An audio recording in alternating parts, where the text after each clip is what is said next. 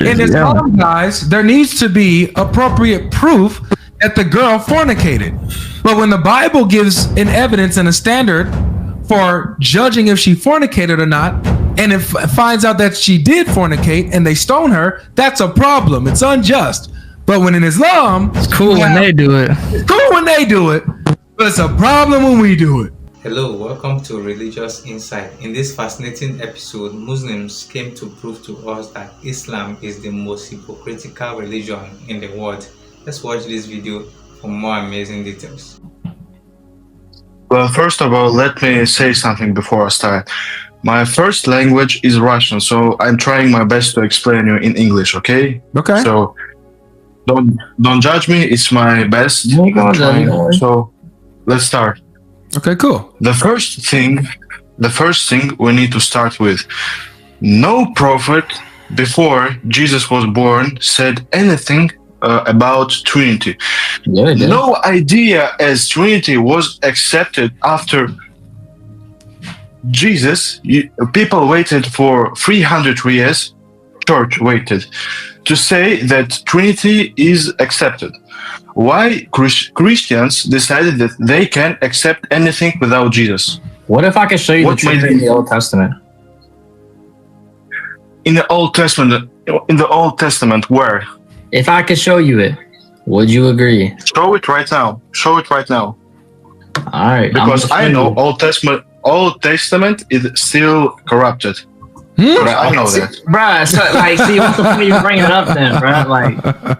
Okay, who was the last prophet? Who was the last? Explain to me. Who was the last prophet before Jesus was born? I mean, technically, if you would consider John the Baptist a prophet. No, before Jesus was born, last prophet. John the Baptist. Yeah, it would technically be John the Baptist then. Prophet Malachi. No, it was John the Baptist. Because he prophesied Jesus coming. He literally went and told the people, "Here comes the Messiah. Get ready." Even your Quran talks about Yahya. Where? Yahya? Yeah. I know that the Quran talks about him, but he lived way before than Malachi. No, he was born a little bit before Jesus was. He was the prophet before Jesus was born. Even in your Quran. So what's the time gap? 6 months. Between Yahya and Jesus. 6 months. 6 months, yeah? It can't be possible. Yes, it is. What? They were cousins. So you're telling me that two prophets were living together? Yeah. And one of them got crucified. One of them got crucified, but when Jesus got crucified, Yahya was already dead. You seriously telling me that Yahya lived while Jesus was there? Yes. You're telling me that Quran tells me that? Yes. Well, actually, no. Honestly, I don't think the Quran details you that for you. But you get that from the Bible, obviously. As Nick said, yes. He didn't back up for his words. He said yes to what? Lived at the same time at. Yes. Yahya lived the same time as Jesus. Yes. The answer is yes. That makes no sense. Why not? Because he said it's in the Quran. No, it's not in the Quran. No, he didn't say that that's in the Quran. He said, you asked who was the last prophet before Jesus, and his answer is John the Baptist or Yahya. That's the answer to your question. Your Quran even says this. But to get the time frame specifically, you go to the Bible, and it's a 6 months time gap between him and Jesus. Where you got that information in the Quran? Tell me. I will check that right now, brother. If you go, just said it was in the Bible. Yeah. If you go, no. Look. If you look. Listen to what I'm saying. Listen. What are you doing, brother? Can you hear me? Listen to what I'm saying. Yes, I can hear you. Your Quran talks about Yahya being a prophet before Isa bin Maryam. Okay. Now it doesn't tell you the time frame between them. Where you get the time frame between them is in the Bible. And the Bible shows you that John the Baptist or Yahya was born 6 months before Jesus. Okay? So the time frame comes in the Bible, but both the Bible and the Quran demonstrate that Yahya, John the Baptist, was the last prophet before Jesus was born. So explain to me this. What's the wisdom of God dying for your sins? What does it have to do with what you just said? What's the wisdom of God dying for your sins? Wait, Because the Old Testament said he would. but do you because we just going off now. So do you accept now that Jesus and John the Baptist, they are, right next to each other? I cannot say that I accept that idea because Why? I have to check everything. First of all, I'm not Hafiz, but I'm using logic. So do you understand that? Yeah. What? So for me, it doesn't make sense that many things. Well, first of all, in the Bible, it says the first miracle that Jesus showed was in that has nothing to do with John. When he was 30. Brother, that has nothing to do with John or Yahya. I'm not talking about. I'm not talking about John. I am. Can you tell me what is the logical problem with Jesus and John existing at the same time? What's the problem? Now, Godlogic, you're asking me another question. I'm asking. I was talking about Jesus. You already said it didn't make sense. Well, first of all, I haven't found any information in Quran that Yahya and Jesus lived in the same time. I haven't found it. Brother, if you can't answer my question, just say you don't know, and I can respect that. What question? Repeat your question. What is the logical problem of Jesus and John the Baptist, Yahya, living at the same time? Because as I know, every prophet was alone at his time. I haven't heard according to Yahya, what? According to what? Please don't interrupt. I'm trying to say, I haven't in my life found any information that Yahya, and I will look it up. I will really look it up about Yahya and Jesus. Okay? Do you know What's that the time gap between them? was Aaron a prophet? So Was Aaron, the brother of Moses, a prophet?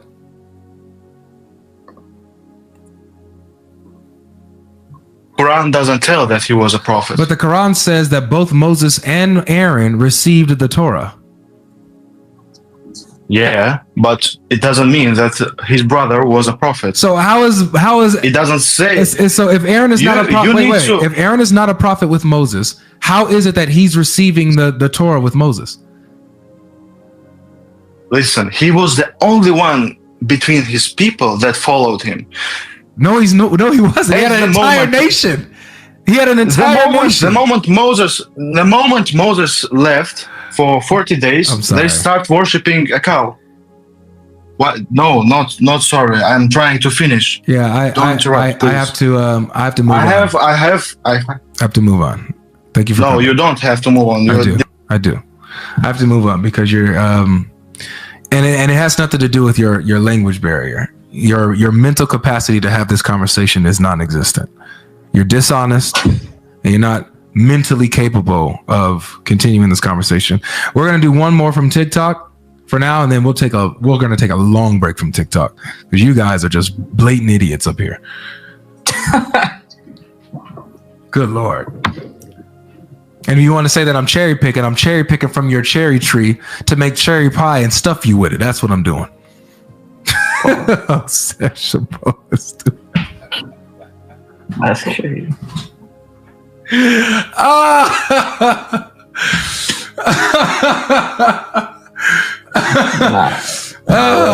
Yeah, I'm cherry picking from your cherry tree to make some cherry pie to stuff you with it. Oh my gosh, Sam, quick with it. Double down. All right, they taking too long for this. All right, let's get somebody from TikTok. All right, let's mute up on TikTok and let's go ahead and come back to StreamYard.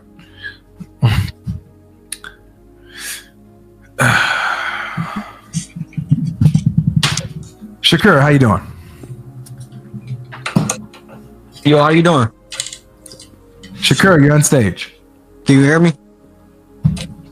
Shakur, going once. Going twice. Can you hear me? All right. Vian Khan, you're on stage. Assalamu alaikum. I cannot hear anything. Something just happened. Assalamu alaikum. Hello. I can hear him. Oh, my bad. Say that again. Say something now. Assalamu alaikum. Hello. Hello. Oh, okay, I'm sorry. So Shakur was speaking. I just couldn't hear him. So I'm gonna let him up, and then you can speak after him. Okay. Okay. All right. Sorry about that, Shakira. Say something. Can you hear me? Yes, I can hear you just fine now. My stuff was glitching. My bad. Do you mind bringing him back up? I gotta just. You gotta do something. Yeah. I'm about. Can I stay on the stage or are you just going? You can stay on the stage. All right, cool. All right. Khan, go ahead. Oh, yeah. Can you open Deuteronomy chapter 22, verse 13 to 21? Is that why you're not a Christian? It's one of the reason. Okay, got it. So you're not a Christian because of Deuteronomy chapter 22, verse 13? No, 13 to 21. Can you open it once? 13 through 21? 13 to 21. Yeah, no, we're not doing all that. Just what about that, because it's telling you about rules to do all this, deal with certain issues. What in those verses, gives you, I guess, why you're not a Christian? Okay.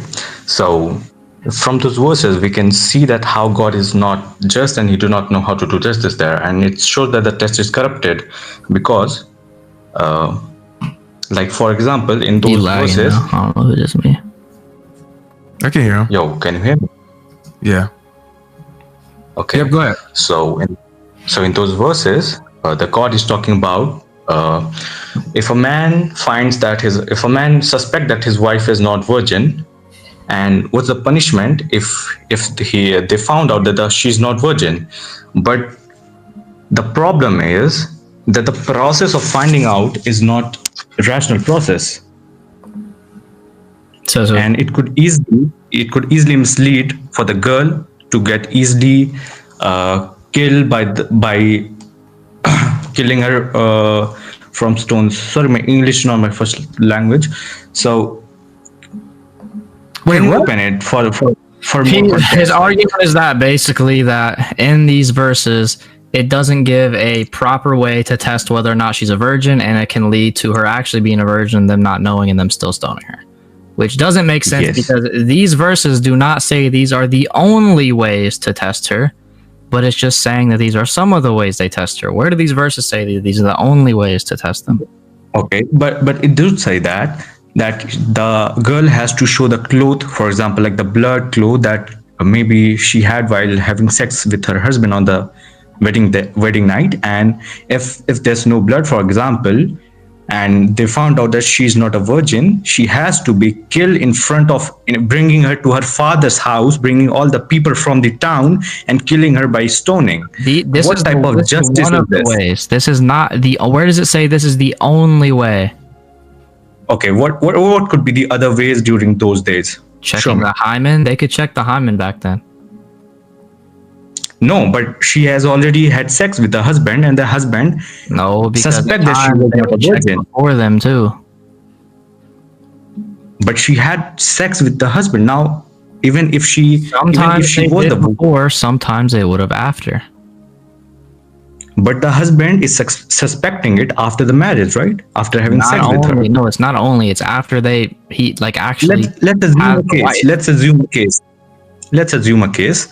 A husband had sex with. Assume a case. A husband had sex with his wife on the wedding night, and he tells her he suspects that she's not a virgin. Now, even if she was a virgin, she do not have any proof because there was no blood on the clothes. She do not have the clothes with the blood. Now, what's the punishment for her? To kill her in front of his father's house, in front of the whole town by stoning. What type of justice is this? Yeah, again, so where does it say this is the only way to test that? But I'm giving you the situation where it is the only way because there's no other way. Says who? Your text. Oh, show me in the text. Please show me in the text. I'm telling you to open the text, please. Where in the text does it say this is the only way? What verse? Open it. I'll show you. What verse? Deuteronomy chapter 22 verse. Okay, let me see. In 17, text 17. Okay, 17 is going to say it's the only way. Okay, let's see. And behold, he has accused her of misconduct, saying, I did not find in your daughter evidence of virginity. And yet this is the evidence of my daughter's virginity. and they shall spread the cloak before the elders of the city. No. It is written that then her parents shall display the cloth before the elders of the town. They shall display. Yeah, and they shall spread the cloak before the elders of the city.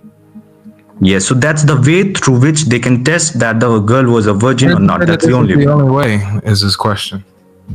So what's the other way? Show me from your text. What could be the other way? No, can you show us from the text that this says it's the only way to judge whether or not that's what mentioned there. That is what mentioned. We understand that there's something mentioned, but that is not a negation of other means. So does this say that this is the only way that they test virginity? What could be the other way? I'm asking you. I'm going to give you another chance. Does this or does this not say that this is the only way to check virginity? Yes, it do, because if there could have been other ways, the text would have mentioned it. Where does it say the that text is not mentioning it? It is the proof that that's the only way. Where does it say that this is the only way? I'm gonna give you a good chance to be honest here. I'm letting you speak. I'm letting you engage and bring your argument. However, you have to be honest. Where in the text does it say this is the only way to check even if we so first of all, the text mentions one way, no other way, and even we think logically there could not be any other way, especially during those days. Because I mean, there could be just for one random example, right? We could literally just say they could use the 2 or 3 witnesses, right? So they could have 2 or 3 witnesses in front of like a judge or something like that. Okay, so do you think that there will be witnesses of people seeing the girl having sex with the husband on the night? No, bro, it would be witnesses of if she had sex prior. How should we have witnesses for that? Bro, do you not realize that people tell their friends that they have sexual relations with other people? Not every time. That's not necessary. Yes, I'm saying that's one way though that they could question them and ask if this actually could possibly occur. Exactly. That's not the only way. Maybe she had sex and she didn't tell anyone. Exactly. So there can be multiple different ways. And it is mentioned that the husband only suspect that maybe she was not a virgin, and then it is mentioned also the way through which they can prove that she was not a virgin. Right. It doesn't even say in the text that this was after they had sex. It doesn't say that. So how the husband know that she was not a virgin without having sex with her? It said he suspected it. It doesn't say how he suspected it. So how will he suspect it? It could have been anyway. It could have been that he heard from a friend or that he heard from someone. It could have been literally anything. Oh, okay. So it could not be the way that they had sex on the night and maybe she didn't bleed. That's what I'm saying. It could be multiple things. That's the entire point. So you're not gonna take the situation that I'm telling you. Because that's not even what it says in the text. It doesn't say anywhere in the text, right, that this was after they had sex. But you're not answering my questions. If there's a situation where a husband had sex with his wife, she didn't bleed, and now the girl do not have a cloth to show, so she has to be stoned, right? That's in this case. No, where does it say that it's the only way? Okay, she do not has nothing to prove. She do not have any proof that she was a virgin. So she should be stoned, right? We don't know that. We don't know what the evidence would be. Just to be clear, the evidence. Just okay, the evidence in text 21. Read it. 21. Khan, you're a Muslim, right? Yes, I am a Muslim. All right, so you got your answer to this, but you're still saying that it's unjust to stone a girl if she's found to not be a virgin, with the in her marriage. Yes, it's unjust because there's no way. There could be multiple, especially if there is no, she cannot prove it. Yes, of course, it's unjust. What is the law when it comes to adultery or fornication in Islam? No, adultery is after marriage. After marriage, if a woman has sex with another man. What is the punishment for fornication? Death. Meaning having sex before marriage for a girl. What's the punishment? Not that. What is it? She should not be stoned. What is it? There is no consensus, but different scholars say different things. So what is it?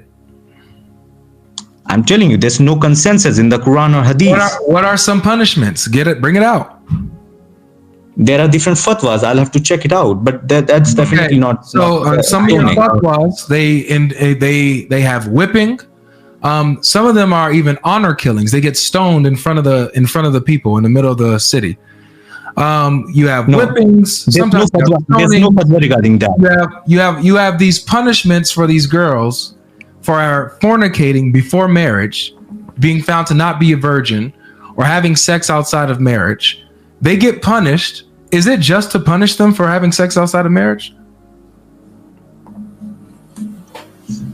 Can you repeat your question? Is it just to punish the girls for having sex outside of marriage? After marriage, yes. Before marriage, Khan? The punishment should be there, but not death, not stoning her in front of his father's house, in front of the whole town. So wait, hold on a second, Khan. So you affirm that there should be a punishment for a girl who fornicates before marriage. She fornicates, and there should be a punishment. And if we have proof, wait, Khan, hold on a second. Who are you to say that it's? I'm confused here. You're saying that it's unjust when the Bible gives a punishment for a girl who fornicates before marriage, and it's been proven that she fornicated. And you're also saying that there is a punishment in Islam for a girl who fornicates. So I don't hear a real issue here.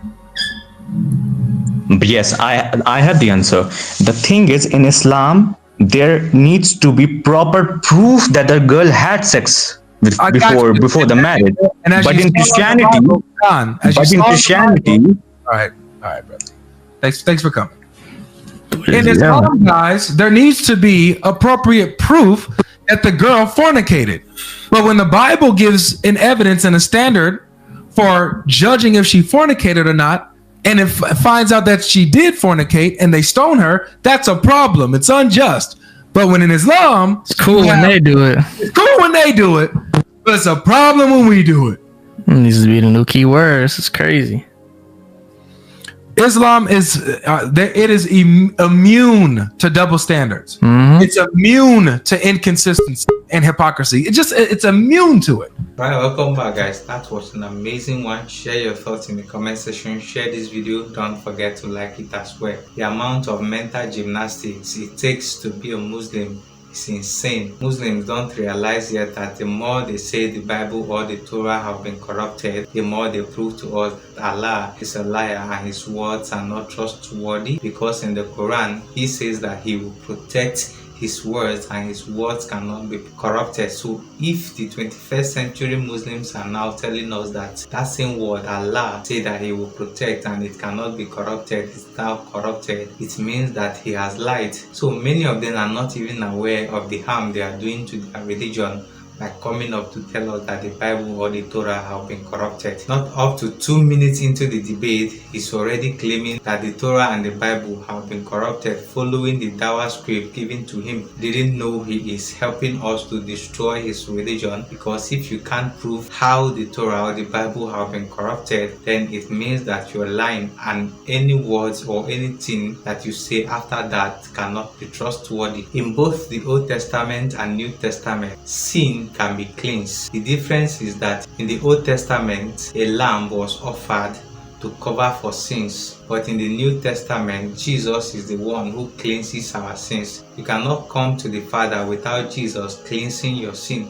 That is why he said, I am the way, the truth, and the life. Without his cleansing, no one can come to the Father. The sacrifice has been offered for sins once and for all, and Jesus has paid the ransom. So guys, that was an amazing and fascinating one. Share your thoughts in the comment section. Don't forget to share this video, subscribe, and also like it as well. Thank you for watching. We would love to see you in the next episode.